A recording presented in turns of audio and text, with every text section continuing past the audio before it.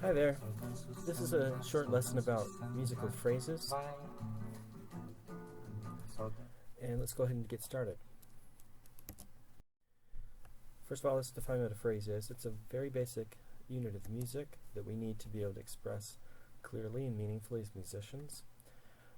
Some people define the phrase as the amount of music that can be presented in a single breath. This is particularly useful for singers or woodwind players, brass players.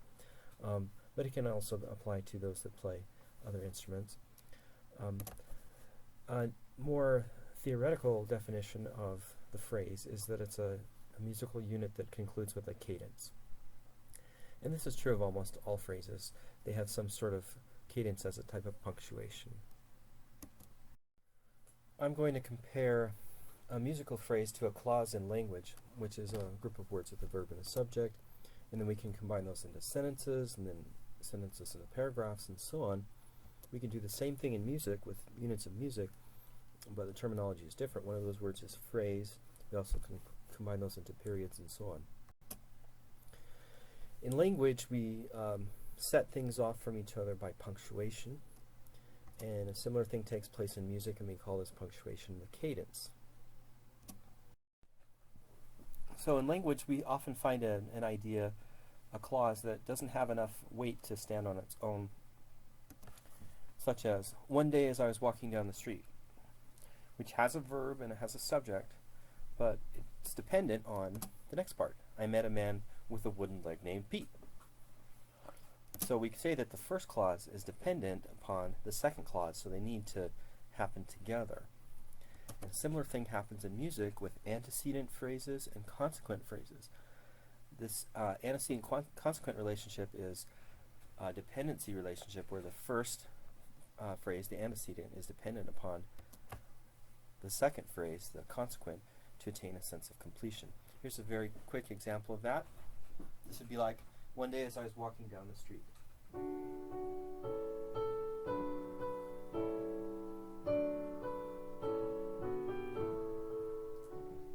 And then it's not complete. Now here's the part that says, I met a man with a wooden leg named Pete.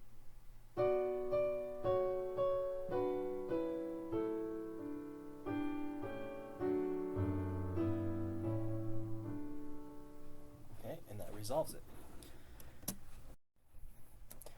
And part of what creates that relationship is the cadence that we had at the end of each of those phrases. The first was an incomplete cadence. It was actually imperfect authentic cadence, while the second one was a complete sounding cadence, a perfect authentic cadence. So that's what makes one phrase sound less complete than the other. And there's just basically two kinds of cadences here, one being incomplete, one being complete. A half or deceptive is going to sound incomplete. Plagal and authentic cadences are more complete. They'll have different degrees of strength, of course. So whenever a phrase ends with an incomplete cadence, it creates the need for one or more phrases to bring the whole thought to completion. So those phrases belong together until the final punctuation, the more complete punctuation is achieved. And that's similar to what happens with dependent clauses in language. In language, we combine clauses to create complete sentences. And in music, when we combine two or more phrases together, it forms a period. This is what we could call then a musical sentence. It's a complete, well-formed musical idea that ends with a type of solid final punctuation. So what is it made up of? Well, one or more inconclusive phrases followed by a final conclusive phrase. That's a good definition of what a period is. You could have anywhere from 2 to 5 or 6 phrases in the period. Usually it's 2 or 3 or 4. Now let's just take a minute to go to the next higher level of form and see what would happen next. If we combine these musical periods together that consist of phrases, then we get parts or sections of the music. And if there were just 2 main parts in the music, it would be called binary form, simple binary. If there were 3 main parts, it would be a type of simple ternary form. And those could be a complete piece. So I could have a piece of music that was in ternary form. But then I could also take those simple forms and combine them into larger composite forms. So I'll give you an example of that. I could have a work with a section, the first section being in ternary form, the second section being in binary form, and then the third one again being in ternary form, and the whole thing could be in a large scale ternary. If you can picture that. That would be a composite form. And then of course we can group those together into multi-movement works and so on. Now let's take a minute and go down from the phrase to the smaller units of music so we can look at that too. When we divide a phrase into smaller parts, we can divide it into segments. Sometimes people call this phrase members.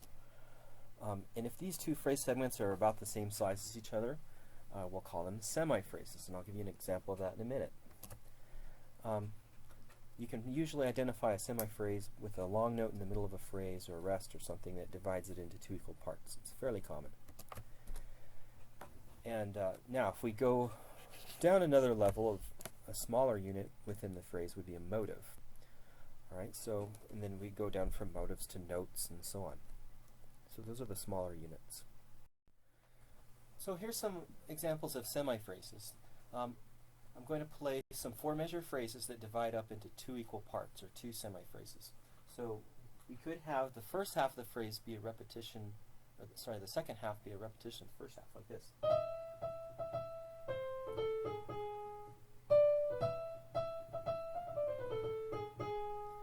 Maybe with a little bit of variation that added some passing tones, right? But it's essentially repeating the first half. Or the second half could be a transposition of the first half. These are just some possibilities.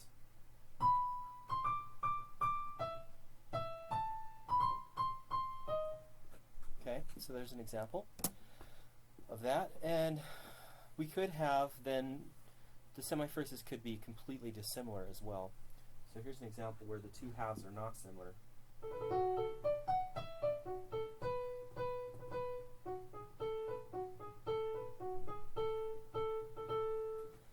Sure, they end with the same rhythm, but they begin very differently, so that'd be contrasting semi-phrases.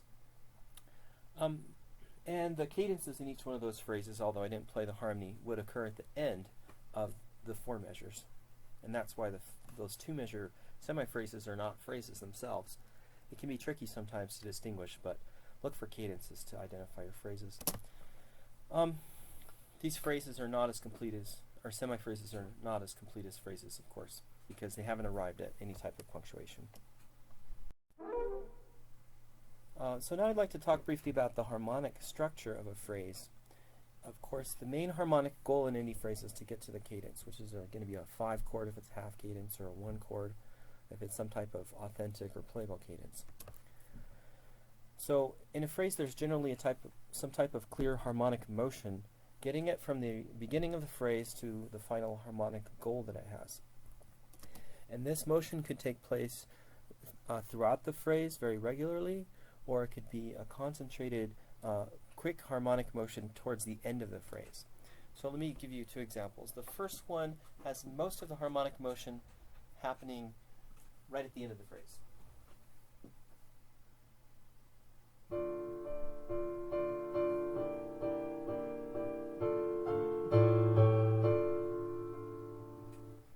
Right, so we had a tonic harmony being embellished for a while, and then a quick 5-1 at the end of the phrase.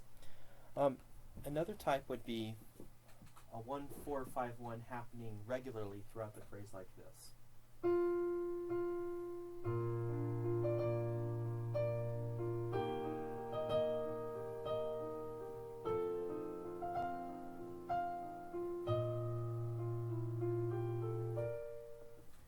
So that was a 1 in the first measure, a 4 in the second measure, a 5 in the third measure, and a 1 in the last measure.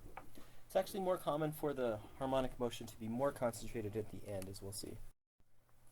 So these harmonic arrivals, these kind of endpoints to the phrase, are like the pillars that hold up the phrase. These are the structural chords, and all of the other harmonies that occur are sort of embellishing these structural chords that bear up the phrase.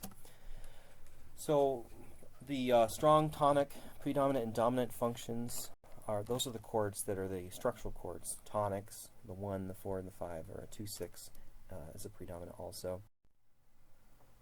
So a lot of complicated things can happen harmonically in a phrase. There can be all sorts of chord progressions, but most phrases can be based on or reduced to a simpler underlying harmonic model.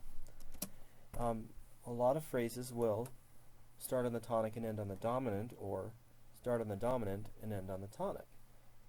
And these two types of phrases, 1 to 5 and 5 to 1, will often be paired together as an antecedent arriving on a half cadence and a consequent getting back to the tonic. That's a common pairing. Here's some other harmonic models that a phrase might be based on.